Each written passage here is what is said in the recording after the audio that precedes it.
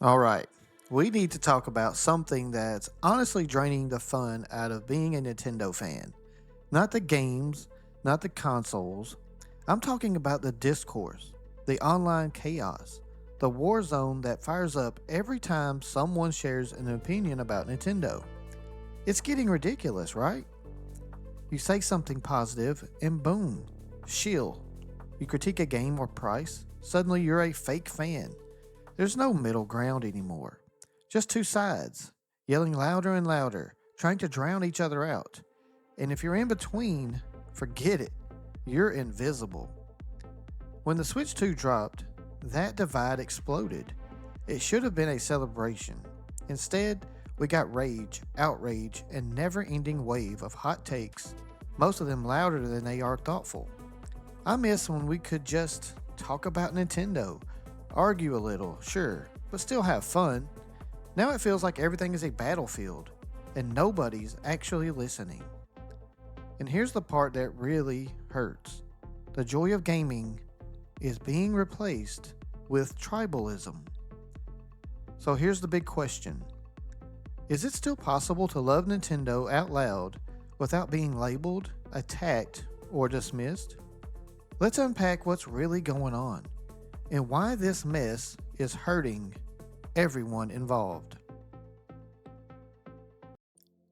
Here's the truth a lot of people seem to forget: you can love Nintendo and still call them out. That doesn't make you a shill, it doesn't make you a hater, it makes you normal. It makes you someone who actually cares about the games, the experience, and the community. We've reached a point where if you don't pick a side, full loyalty or full outrage, the internet decides for you. And in the process, all the gray areas, all the thoughtful takes get buried under the noise. People act like being critical means you're rooting for Nintendo to fail, or that enjoying their games means you're ignoring their flaws. Neither is true. In fact, the healthiest fandoms are the ones where people can discuss both the highs and lows without fear of backlash. But we're losing that fast. Why? Because nuance doesn't trend. Rage does. Hot takes do. The more extreme your opinion, the more traction it gets. And social media is built to reward that.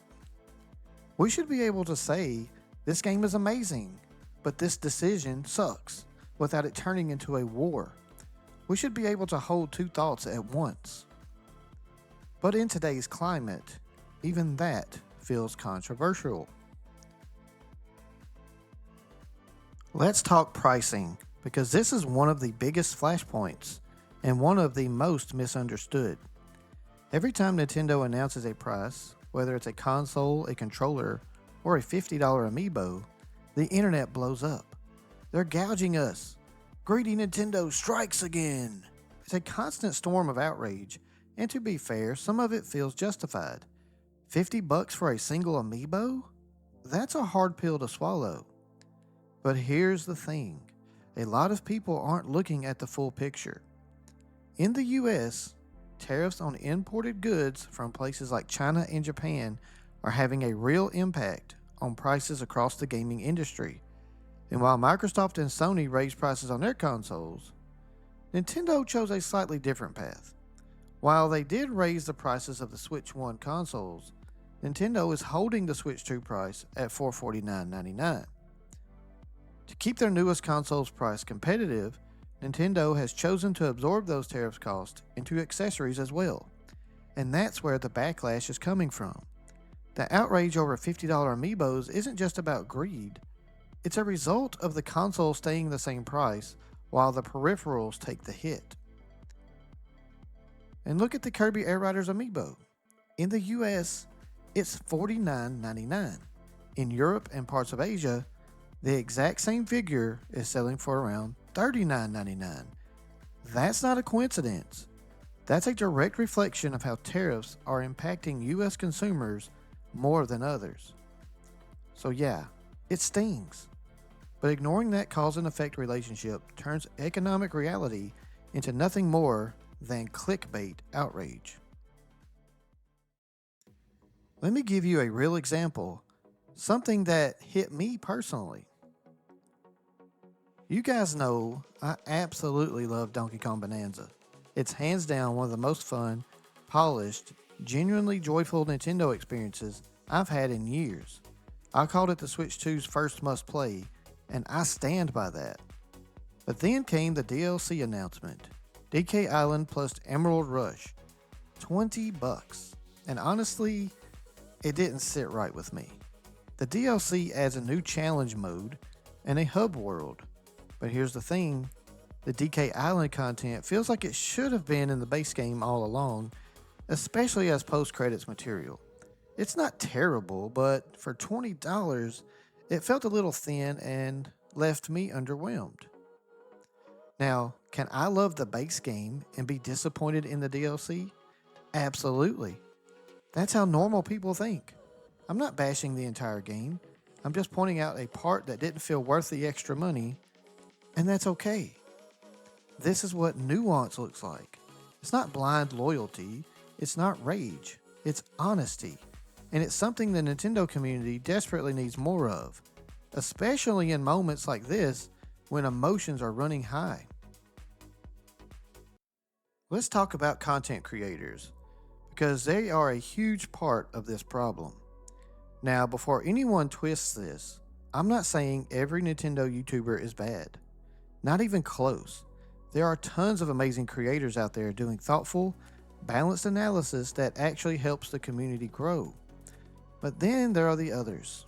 The ones who figured out that negativity is a shortcut to clicks. You know the type.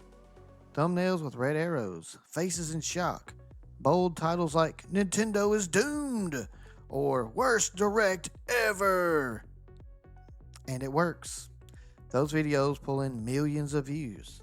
Not because they're always right, but because they're built to trigger emotion, to farm outrage, to get you mad enough to click.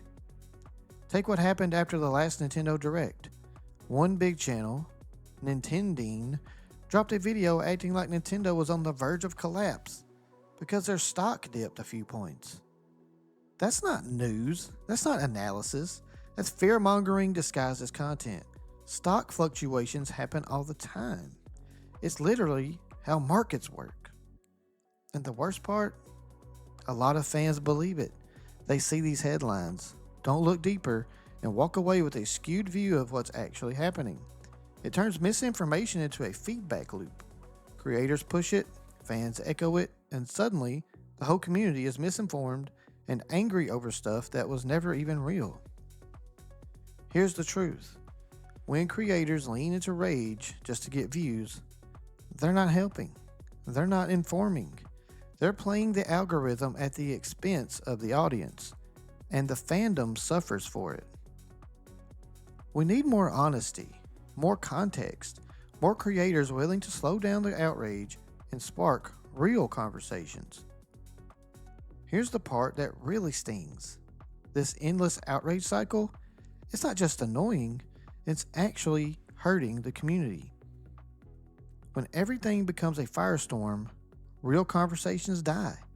Thoughtful opinions get drowned out by extremes. New fans feel intimidated. Longtime fans feel jaded.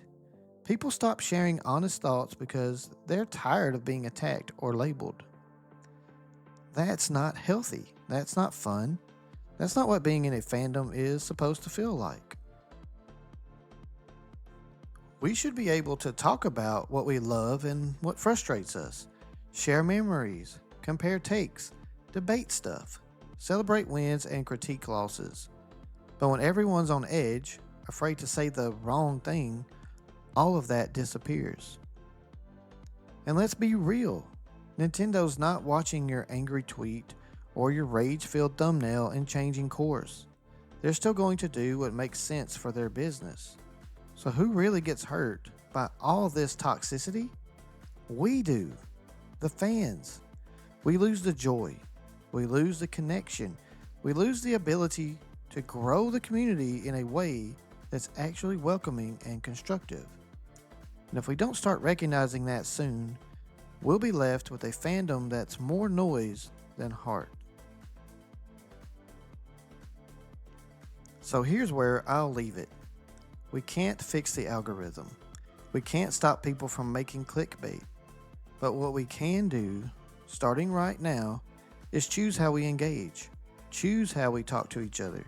Choose to make space for actual conversations again. You can love Nintendo and still be critical. You can be frustrated without falling into toxic outrage. You can praise a game, point out its flaws, and still be a real fan. The extremes are loud, but they don't have to be the only voice in the room. We can change the tone. We can bring back the fun. So here's what I want to know. Where do you draw the line between fair critique and rage bait? Drop your thoughts in the comments. I read them all. And hey, if this resonated with you, make sure to like the video and subscribe to the channel. I post content just like this, and we play Nintendo games and go deeper during my live streams every Tuesday, Wednesday, and Thursday at 7 p.m. Central. Come through. Let's actually talk. Gaming's supposed to bring people together. Let's farm up some of that.